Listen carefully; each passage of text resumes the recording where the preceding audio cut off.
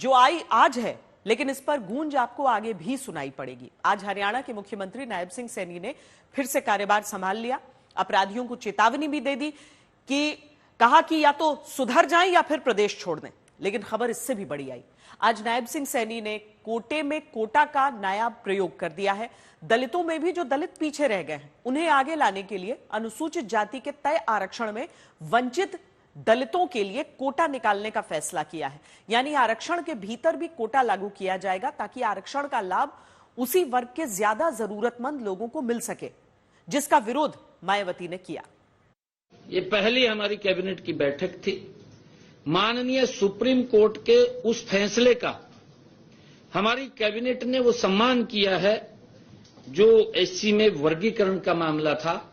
वो तुरंत उस माननीय सुप्रीम कोर्ट के फैसले को सम्मान देते हुए हमने ये फैसला किया है कि जो वर्गीकरण के ऊपर माननीय सुप्रीम कोर्ट ने कहा था, फैसले के आधार पर अब हरियाणा में शपथ के बाद कामकाज संभालने वाले नायब सिंह सैनी ने पहली ही कैबिनेट बैठक में फैसला कर लिया कि हरियाणा में अनुसूचित जाति आयोग की रिपोर्ट के आधार पर एससी के लिए 20% तय आरक्षण में एक कोटा निकलेगा, जिसमें सरकारी नौकरियों में हरियाणा अनुसूचित जाति आयोग की सिफारिश के आधार पर दलितों को मिलने वाले 20% आरक्षण में 10% आरक्षण सीधे वंचित दलितों को दिया जाएगा।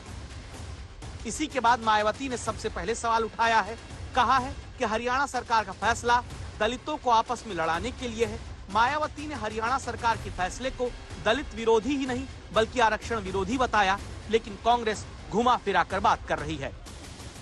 ये चीफ मिनिस्टर की बात पर मैं तो विश्वास करता नहीं, और जनता ने विश्वास कर लिया। जनता को के साथ आज ही धोखा शुरू हो गया।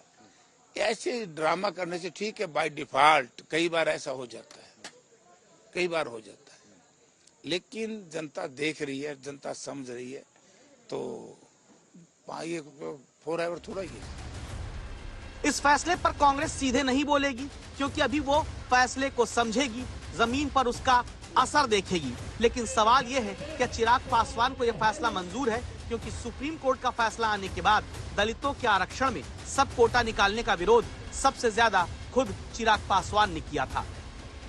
हम लोग इस बात को लेकर स्पष्ट है कि अनुसूचित जाति का आधार अनटचेबिलिटी है। इसका कोई शैक्षणिक आधार नहीं है, इसका कोई आर्थिक आधार नहीं है। दावा तो बीजेपी ने यह किया था कि वो खुद दलितों के आरक्षण में कोटे के भीतर कोटे वाले सुप्रीम कोर्ट के फैसले का समर्थन नहीं करती, लेकिन हरियाणा में ऐसा करने के पीछे वजह है। हरियाणा में कुल दलित वोट 22.50% का है।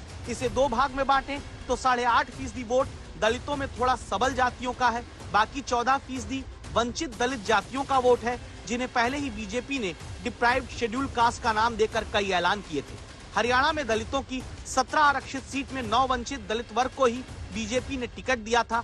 8 अन्य अनुसूचित जाति को। दावा है 8.5% अन्य दलित का वोट तो सभी दलों में बटा, लेकिन 14% वंचित दलित का बड़ा हिस्सा बीजेपी को हरियाणा में मिला। तभी तो पिछली बार के मुकाबले आरक्षित सीट पर बीजेपी को कांग्रेस से ज्यादा फायदा मिला है। बीजेपी वंचित दलित पर अभी पूरा फोकस कर रही है, जिनको लेकर पहला फैसला हरियाणा से आया। अब आगे पता चलेगा इस फॉर्मूले पर राजनीति की राह कितनी सरल होगी या फिर कठिन।